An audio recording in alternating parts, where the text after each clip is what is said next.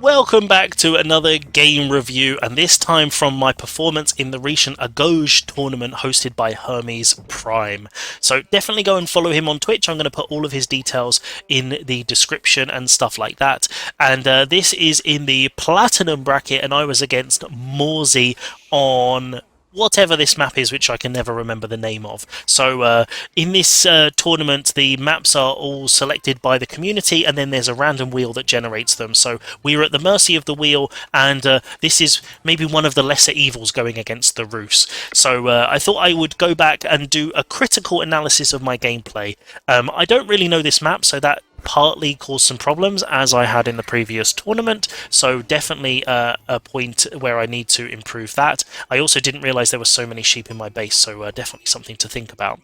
My game plan for this game then, so if we take a look at my vision we can see the scouting. So first of all I wanted to go 2 scouts to deny the hunt. So I went aggressive with one of my scouts, and then I went for the safe deer here to try and deny some of that bunti. That was basically the idea. And if we look at the map as well, we can see that your base is safe in this little section here, and they also have a safe section here. So this really worked against me because I wasn't really able to scout what he was doing, especially with the back gold and stone. It was quite difficult to see what was happening. So as much as my scouting is usually not the best, it's actually pretty difficult when it's all contained and you can't even get in their base to see what's happening. So I think I did a pretty good job denying the bounty. So if we go back out of this caster mode, we can actually take a look in a minute at Morsey's bounty and see what he got to. But my game plan was basically get to feudal age and then try and put some pressure on early with some javelins and some spears and try and do some damage to him, maybe slow down his castle age. Looking at this spawn now, so if we look at what I've been able to see, I've seen that there's nothing at the front here, no resources that I can hassle, and we know he's going to go for Kremlin, and we know it's going to be here, because it's the most logical place. Unless he's going to do something crazy and try and put it at the front of my base, it's basically going to go here, which means unless I want to take loads of damage and run in his base and then be absolutely annihilated by gremlins, it's really not going to do me many favours. So if we take a little look, let's have a look and see what bunti he got to. The only way you can see it is if you go out like this, so I apologise for switching. So he's got to 150, so I managed to deny a little bit there, so he's got the tier 1 but not got up to tier 2 just yet, so that works in my favour. But if we go back out now, we can see the Kremlin going up, and that basically will defend this whole area.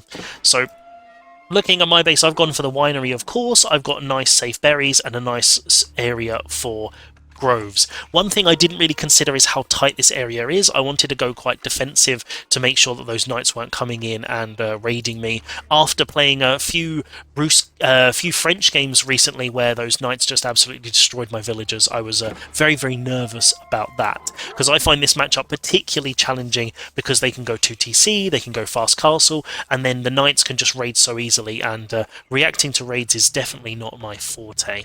So at this stage, just the age up coming through. If we take a look on his side, so no stone as of yet, but we will see the TC going down in this bottom corner, which we will see a little bit later. So obviously, you know, I have some knowledge now because I played the game, but actually I wasn't able to see any of that. So one thing I could have done is actually that scout that's running around here, I could have actually put him inside the base, because the TC doesn't actually catch everything. So I could have actually kept him inside here hidden, just to sort of see what was going on and keep an eye on these 2 back resources. Even if I was here, he could have survived for a little while and seen what was happening.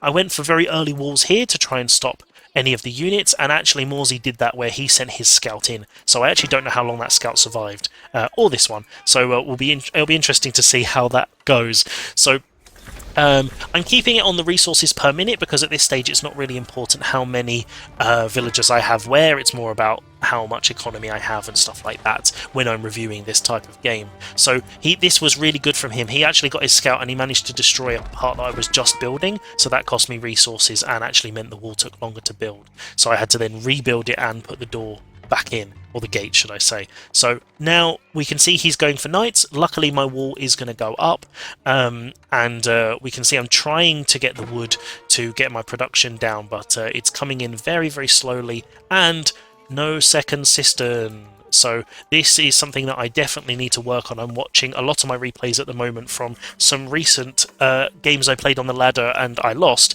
and one of the things I noticed is my cisterns are coming in really slowly, so definitely something I should be working on. If we take a look at his side, he is going over to stone now, and he's already gone for like the... Well, he had a knight in queue and then he got rid of the knight, because I haven't got rid of that knight and I don't have any spears. So it looks like he decided, he's seen the wall go up and decided that he doesn't want to go for that. Now, one thing that you will notice as the game goes on, I completely forgot, or I didn't even realise there's only one gold in my area, so I was happily mining this away and then completely didn't realise or even think about securing any external gold. So this is something, if I were to play this map again, which I hope I don't have to, but if I were, that's something I would be considering much earlier, would be securing some of these external resources more effectively, because with the groves, I don't really need to worry about that too much. I want to deny the deer and the hunt for him, but really, if I've got those saved groves, my eco is going to be absolutely fine. So it's more just about the fact of, you know, sort of securing that gold out on the map, because there's a nice little safe one here, there's also this one. So at this stage, because he's going for that second TC, I actually could have taken a villager out and I could have just walled him in, basically. Because he's not being aggressive, I could have done a little short wall here, straight down across this side of the relic, and then I could have gone across here, and then I basically could have kept my units there, went to keep him in his base, and I could have gone out and got all of these exposed resources. So I could have actually done that with a lot of these villagers, and then when he starts pressuring me, like on these berries, I just run back in here and get these. So that maybe is how I would play it slightly differently next time, is going out on the exposed resources while he's being quite defensive, keeping this wall up so my base is safe, and then just heading out. So we can see here that I've gone for some Limitanei because I'm expecting knights, and I'm also going for my eco-techs because I'm expecting to play a little bit more of a feudal style. So I've got my scouts on the edge of his Kremlin because I can't really get inside without taking an absolute ton of damage, so I just want to see what pops out and what's going on. So if we take a look at my vision, I can see what's happening over here. At the moment I'm a couple of villagers behind, and also, he hasn't actually even built his TC yet, so I definitely idled my TC at one point, so that's not really ideal. Limitanei coming out, and I guess my mercenaries should be coming into queue ever so shortly. That's also very slow. Something I'm noticing I'm doing quite often is building my mercenary house and then not actually producing the mercenaries immediately. So I've got nearly 900 oil, which is almost 2 lots of javelins, so that's definitely something I need to be much quicker on, because they do take a little while to come in. I did put this on Dialecticus, and so I've got my blacksmith there for those techs, so I was really trying to play heavy feudal. At this point I probably should have assumed there was a second TC and gone for my own second TC anyway, but I didn't really think of that at the time. So now I'm pushing out with these units, and it's a pretty good force for me at this stage of the game, but we can see from his resources he's basically going up to castle now with that TC dropped on that hunt. So he's got all the food he wants, and he's very quickly going to be looking to go to castle. So the javelins should be coming in any second, the first lot, and we're also going to be going for that. So I was going for siege engineering because I wanted to basically try and take down this Kremlin so that I could get into his base and do some damage with these units. So I think this was actually the right play. Otherwise, I could have just gone for a second TC or fast castle myself. If I'd gone fast castle, I'd probably be castle now, so I could have gone and got some relics and started getting some of those castle age units. So against a 2 TC Rus, it's very difficult, because if you rush fast castle, you can kind of keep going for a while if you get some relics, but then eventually you need a TC to equalize, unless you can do huge damage, which in this kind of map, this position, you can't really. And the high trade house, because there's basically unlimited wood all the way around their base, they're going to get the most insane high trade house wherever they put it. So the Kairosophon, or however you pronounce it, is being dropped over here, and so I wanted to basically try and pressure that. At this stage, I didn't know the high trade house was being put up. Obviously, over here, it's an absolutely insane one that gets an absolute ton. I don't think there's actually a better position in this base where he could have put it, so he is absolutely laughing right now. So this ram has gone down, and this is where I think I definitely made a misplay. So at this point, I've got a lot of military, I've got some horses as well. I'm not sure why I added horses in, to be honest. this ram should have gone straight over here to do damage to this Kremlin or get the stables. So the reason I went for spear javelin is because I assumed he would go knights, so I went spears, and then to counter the spears he would make archers, and so I went javelins to counter those. So I've done this a couple of times. I think potentially against knights of just going spear. And I think this was something I learned from some of my other games, was if I go for horse spear and then javelins to support, I can actually raid a little bit more, but because of this map it didn't really work. And this age up came through and I was saving up for this other ram, so that was really a misplay I think from me. This ram should have been going and attacking. Even if I was building this in the background, I wanted to be doing damage, and I've seen that age up coming through, and this is where you can probably imagine that I'm panicking a little bit. So he's going for archers. I'm actually not sure why he is going for archers, because I do have javelins. Obviously that requires micro, which I don't possess, but at this stage I've still got a lot of units. A couple of gremlins come out now, and so I basically think when the gremlins come out, just run away and don't take the fight. The problem here is that I think I should have protected these rams. So you can see that they're running away. I managed to kill those gremlins, but I really need to make sure that, yes, I'm not fighting them, but the javelins are able to kite, so that's something I should be working on.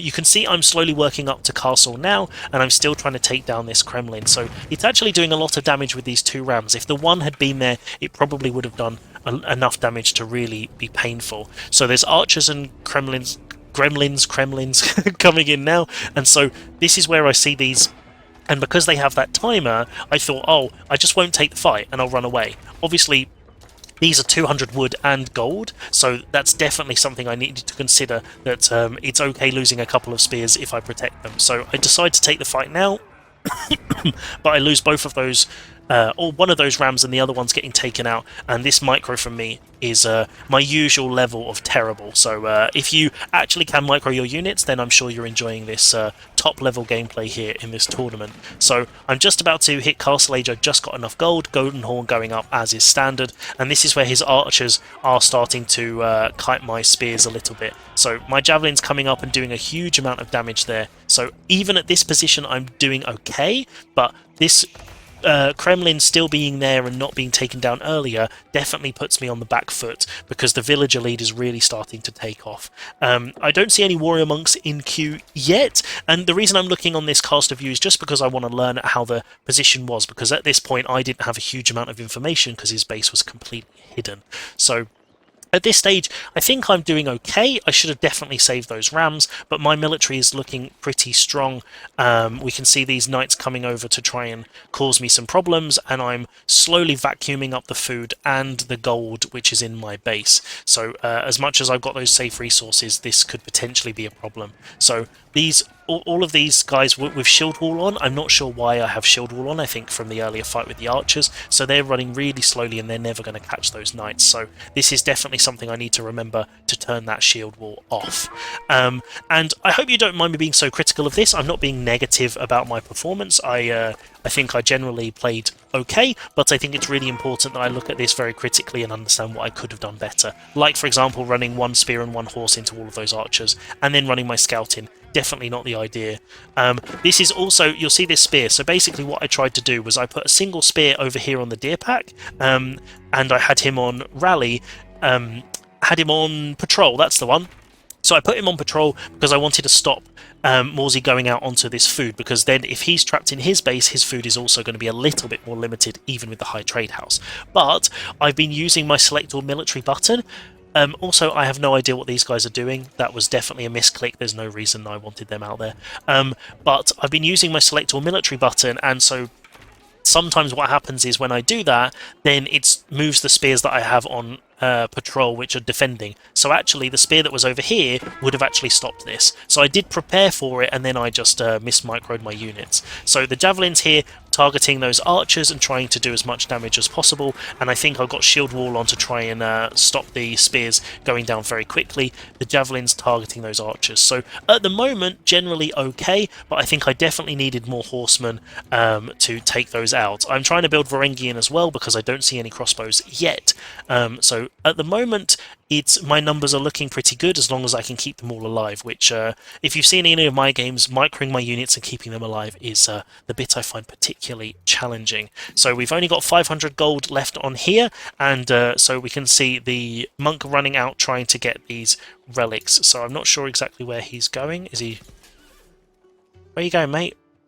I have no idea. There we go. Okay, so I think I knew that tower was there, so I was trying to run around to get it anyway. So trying to make sure I get these relics. I think Morsey would have done much more damage to me if he'd have taken all of those relics, because that would have really hurt my economy.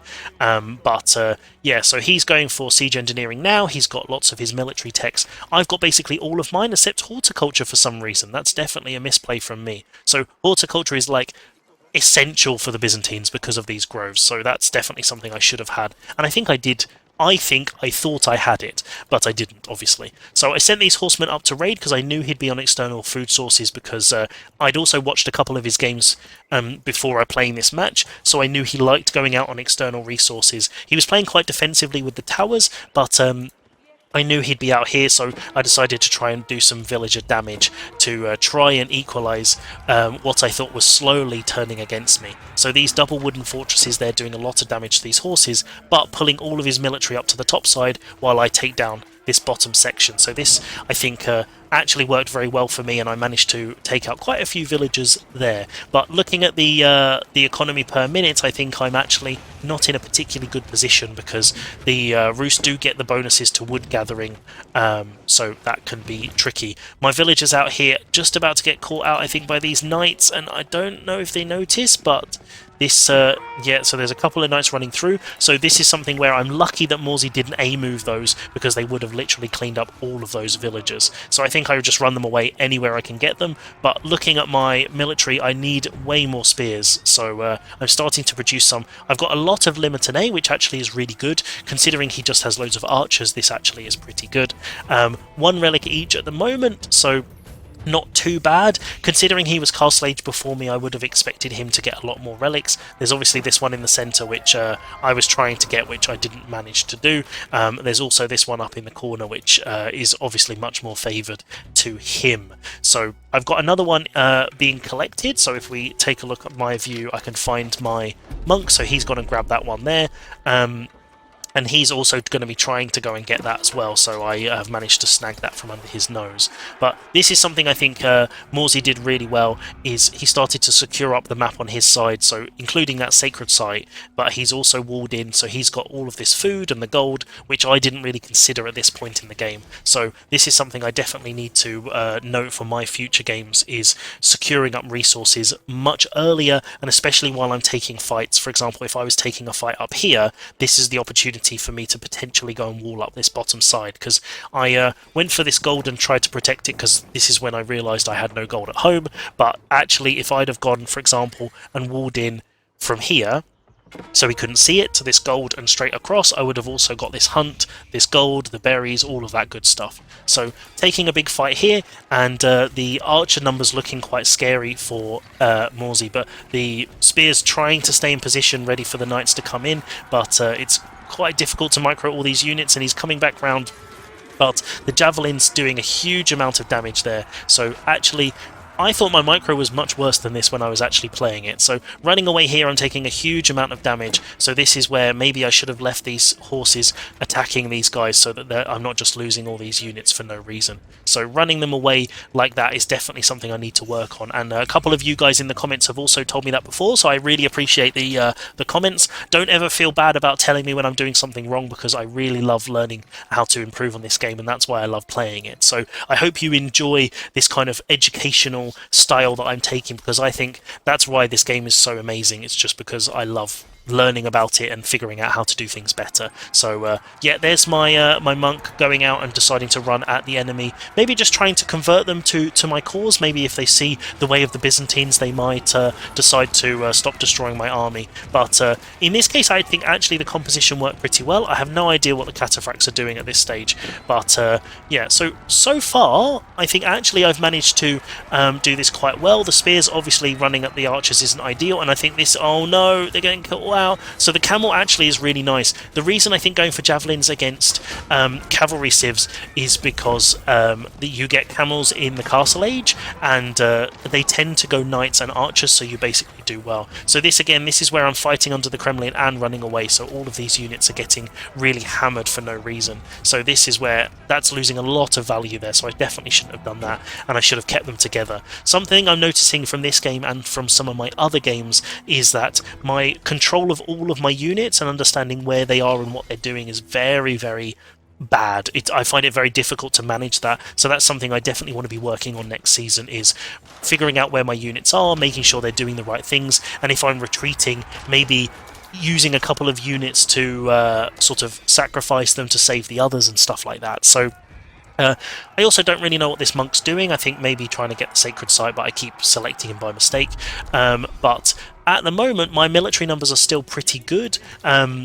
The eco is not looking very favourable. I'm pretty close, actually, considering I'm 20 villagers behind. So the fact I've got 2 relics does make a big difference in terms of the olive oil as well. But at this stage, I need to be using my resources. I was overgathering gold quite a bit, but it's because I knew it potentially could get attacked at any moment, so I wanted to make sure I had some.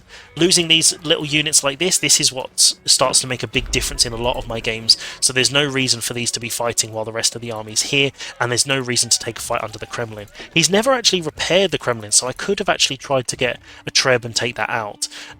So yeah, but at this stage, sort of, I can see now that he's got siege on the field. I don't know if I was building my siege workshop yet. I was, so I was planning on going into siege as well, and I actually remembered to build a bit more production, which usually I don't do. So I think this actually was pretty good. I went very heavy on wood because obviously then I can produce these groves and really boost my food income. I still don't have horticulture, and I have like 1800 gold, so yeah, definitely not ideal. Also, I should have been using my gold to get these, because I've got cataphracts, I've got Limitane, I've got Varangian Guard. They definitely all should have that upgrade. So this, remembering your upgrades, Amarath, that's tip number 1 from this game, or tip number 100 probably more likely. So we can see there's a mangonel coming over, and I don't know if I can see it just yet. It's just in the fog of war, but I imagine I'm going to hear that annoying, frustrating sound any second. That's that whoosh.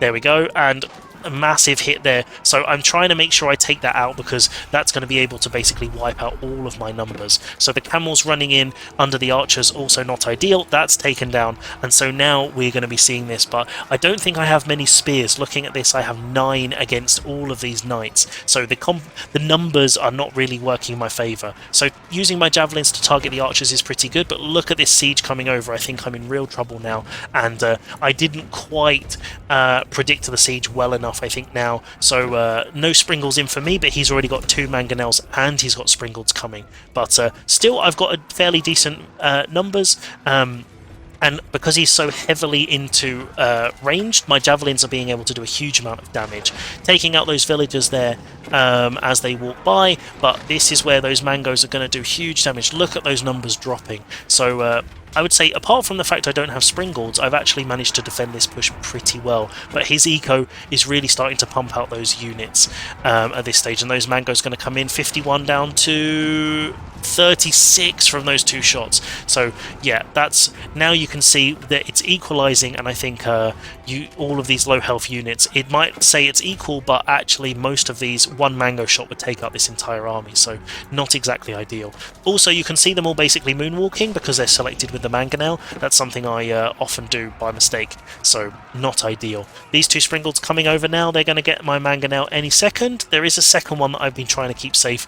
Obviously the walls don't protect them, so not exactly ideal, but tons of siege here from Morsey, and this I think is definitely a really good play from him. I did actually try and wall these in at this point. I don't even remember doing this, to be honest. This is something I should have done earlier when I was fighting, to try and secure up all of these resources. So now, looking at these numbers, he has so much siege, and so all of my units, and they're also just focusing on those mangonels. I should have also been looking at the Springles, but yeah, so these numbers going down, my mangonel getting taken out, and so down to 15 units and slowly running down. So I think this is where the Rus flood is going to be a bit too much for me, and I'm about to call GG. So overall, I think actually I played pretty well for the majority of that. I think early on, if I'd have done more aggression, I could have taken that, and generally I think I defended those things very well, but I needed to go into siege much earlier, and I needed to secure more of the map way earlier to make sure I had the resources that I need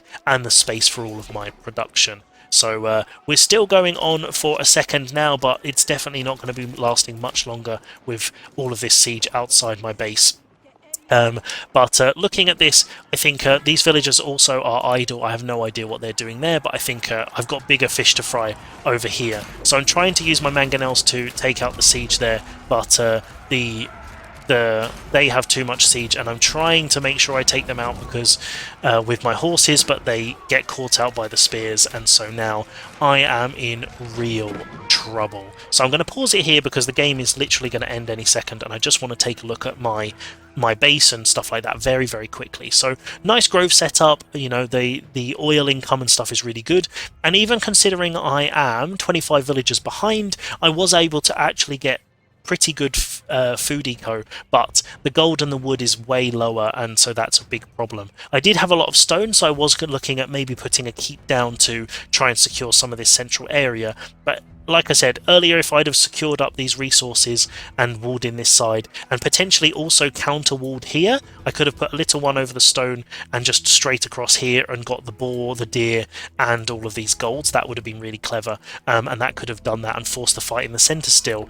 But yeah, going for siege earlier, and I think also just making sure that I wasn't throwing away those little pockets of units would have mean my mass was much, much bigger. So yeah, I obviously didn't win this game, as you probably have guessed from how the ending is going, but I really enjoyed it, and I definitely think that you should make sure that you sign up to the next one, whatever rank you are, and you will love taking part as well. But I hope you've enjoyed this critical review of my tournament performance. Head over to Hermes Prime and say hi, and I'll see you next time for some more terrible micro.